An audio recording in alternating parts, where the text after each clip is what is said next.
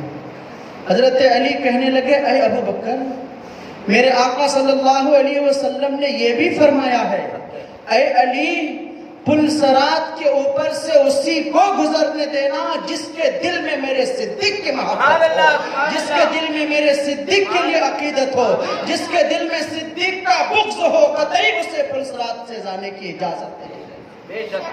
یہ ہے حضور سرکار سیدنا صدیق اکبر رضی اللہ تعالی عنہ کا مقام و مرتبہ۔ عزیزان ملت اسلامیہ، ایک مرتبہ حضرت عائشہ صدیقہ رضی اللہ تعالی عنہ آسمان کی طرف نگاہ اٹھائی تو کیا دیکھتی ہے کہ آسمان بڑا ہی شاف و شفاف ہے، ستارے پوری آب و تاب کے ساتھ چمک رہے ہیں، چاند شباب پر ہے۔ نبی کون مکان صلی اللہ علیہ وسلم سے حضرت عائشہ صدیقہ رضی اللہ تعالی عنہ کہتی ہے یا رسول اللہ علیہ الصلوۃ والتسلیم کیا ان آسمان کے ستاروں کے برابر کسی کی نیکی ہے؟ میرے آقا صلی اللہ علیہ وسلم نے فرمایا ہاں۔ حضرت عائشہ کہتی ہے کس کی؟ مصطفیٰ جان رحمت کہنے لگے کہ عمر کی۔ حضرت عائشہ صدیقہ رضی اللہ تعالی عنہ یہ سوچ رہی تھی کہ شاید نبی کہیں گے ابو بکر کے بارے میں، میرے والد کے بارے میں۔ حضرت عائشہ فرماتی ہے یا رسول اللہ علیہ الصلوۃ والتسلیم پھر حضرت ابو بکر کی نیکی؟ میرے آقا صلی اللہ علیہ وسلم نے کہا اے عائشہ عمر کی تمام نیکی اور ابو بکر کی ایک نیکی یعنی عمر کی تمام نیکی ایک طرف اور میرے صدیق کی ایک نیکی ایک طرف۔ اللہ اکبر۔ حضور سرکار سیدنا صدیق اکبر رضی اللہ تعالیٰ عنہ کا مقام اور مرتبہ اتنا بلند و بالا ہے کہ جس کا اندازہ ہم اور آپ نہیں لگا سکتے۔ دوستو ایک مرتبہ میرے آقا صلی اللہ علیہ وسلم حضرت ابو بکر صدیق کو ایک انگوٹھی دیتے ہیں اور دینے کے بعد کہتے ہیں اے ابو بکر جاؤ اس میں لا الہ الا اللہ نقش کرا کر کے لے آؤ۔ سرکار ابو بکر صدیق رضی اللہ تعالی عنہ اس انگوٹھی کو تو لے لیے مگر حیرت میں پڑ گئے کہ لا الہ الا اللہ کیسے نقش کراؤں۔ آخرکار سرکار ابو بکر صدیق رضی اللہ تعالی عنہ لا الہ الا اللہ بھی لکھوائے اور محمد رسول اللہ بھی لکھوا دیے کہ رب کا نام ہو اور رب کے محبوب کا نام ہو، یہ صدیق کو گوارا نہیں۔ سرکار سیدنا صدیق اکبر رضی اللہ تعالی عنہ وہ انگوٹھی مصطفیٰ جان رحمت کی بارگاہ میں لا کر کے پیش کر دی، کعبے کے بدر الدجا کی بارگاہ میں لا کر کے پیش کر دی۔ جب میرے آقا اس انگوٹھی کی طرف دیکھتے ہیں تو کیا دیکھ رہے ہیں کہ اس میں لا الہ الا اللہ بھی لکھا ہے، محمد رسول اللہ بھی لکھا ہے اور ابو بکر صدیق رضی اللہ تعالی عنہ بھی لکھا ہے۔ میرے آقا صلی اللہ علیہ وسلم کہنے لگے اے ابو بکر میں نے تو صرف لا الہ الا اللہ لکھوانے کے لیے کہا تھا مگر آپ نے میرا بھی نام لکھ دیا، آپ کا بھی نام لکھ دیا۔ سرکار ابو بکر صدیق رضی اللہ تعالی عنہ کہتے ہیں یا رسول اللہ علیہ الصلوۃ والتسلیم میں نے صرف آپ کا نام اس لیے لکھوایا تھا کہ رب کا نام ہو اور رب کے محبوب کا نام ہو، صدیق کو یہ گوارا نہیں۔ مگر حضور یہ آتے آتے میرا نام کیسے درج ہو گیا مجھے اس کا قطعی علم نہیں ہے۔ اتنے میں جبرائیل امین پرواز کرتے ہوئے حاضر ہوتے ہیں، عرض کرتے ہیں یا رسول اللہ علیہ الصلوۃ والتسلیم اللہ رب العزت نے ابو بکر صدیق کا نام درج کیا ہے، اللہ رب العزت نے درج کیا ہے اس لیے کہ صدیق اکبر نے یعنی رب کے محبوب کا نام جدا کرنا پسند نہیں کیا تو رب نے بھی آپ کے محبوب کا نام جدا کرنا پسند نہیں کیا۔ اللہ اکبر۔ یہ صدیق اکبر کا مقام اور مرتبہ اتنا بلند و بالا ہے کہ جس کا اندازہ ہم اور آپ لگا نہیں سکتے۔ عزیزان ملت اسلامیہ حضور سرکار سیدنا صدیق اکبر اکبر رضی اللہ تعالی عنہ کے مقام اور مرتبہ بہت ہی بلند و بالا ہے۔ پروردگار عالم کی بارگاہ میں دعا ہے مولا کریم آپ کو، ہم سبوں کو، تمام مومنین کو سرکار سیدنا صدیق اکبر رضی اللہ تعالی عنہ سے بے پناہ عقیدت و محبت کرنے کی توفیق و رفیق عطا فرمائے۔ مولا کریم سرکار سیدنا صدیق اکبر رضی اللہ تعالی عنہ کی محبت میں اس دنیا میں جلائے اور سرکار سیدنا صدیق اکبر کی محبت میں اس دنیا سے لے جائے۔ سرکار امام علی مقام رضی اللہ تعالی عنہ کے صدقہ توسل سے مولا ہم سبوں کی اس حاضری کو اپنی بارگاہ میں قبول و مقبول فرمائے۔ استغفر اللہ ربی من کل ذنب و اتوب علیہ۔ السلام علیکم ورحمۃ اللہ تعالی وبرکاتہ۔ آئیے کھڑے ہو کر کے صلاۃ و سلام پڑھیں۔ مصطفیٰ جان رحمت پہ لاکھوں سلام، شمع بز میں ہدایت پہ لاکھوں سلام۔ درد دل نام لینے سے ہوتا ہے کم، اس لیے نام آقا کا لیتے ہیں ہم، اس لیے نام آقا کا لیتے ہیں ہم۔ جھوم کر لکھ رہا ہے رضا کا قلم، شہر تاجدار حرم، نوبہار شفاعت پہ لاکھوں سلام۔ مصطفیٰ جان رحمت پہ لاکھوں سلام، شمع بز میں ہدایت پہ لاکھوں سلام۔ جب میں پہنچوں دیار حبیب خدا، ساتھ میں ہم سبھی ہو اور احمد رضا، ساتھ میں ہم سبھی ہو اور احمد رضا۔ تھام کر جالیاں اور پڑھے برملا، مجھ سے خدمت کی کرسی کرے رضا۔ مصطفیٰ جان رحمت پہ لاکھوں سلام، شمع بز میں ہدایت پہ لاکھوں سلام۔ مصطفیٰ جان رحمت پہ لاکھوں سلام۔ یا نبی سلام علیکہ، یا رسول سلام علیکہ، یا حبیب سلام علیکہ، صلوات اللہ علیکہ۔ الصلاة والسلام علیکہ یا رسول اللہ، الصلاة والسلام علیکہ یا حبیب اللہ، الصلاة والسلام علیکہ یا نبی اللہ، الصلاة والسلام علیکہ یا نورا من نور اللہ، صلی اللہ تعالی علیہ وسلم۔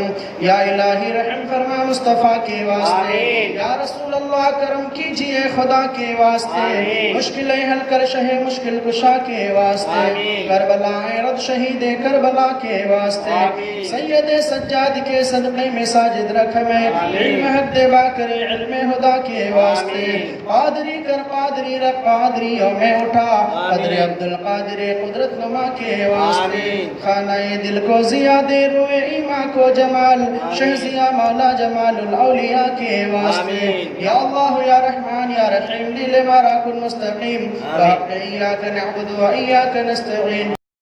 ان اللہ وملائکتہ یصلون علی النبی یا ایھا الذین آمنوا صلوا علیہ وسلموا تسلیما۔ اللہم صل علی محمد بارک وسلم، صلاۃ و سلام علیک یا رسول اللہ صلی اللہ علیہ وسلم۔ سبحان ربک رب العزۃ عما یصفون، وسلام علی المرسلین، والحمد للہ رب العالمین۔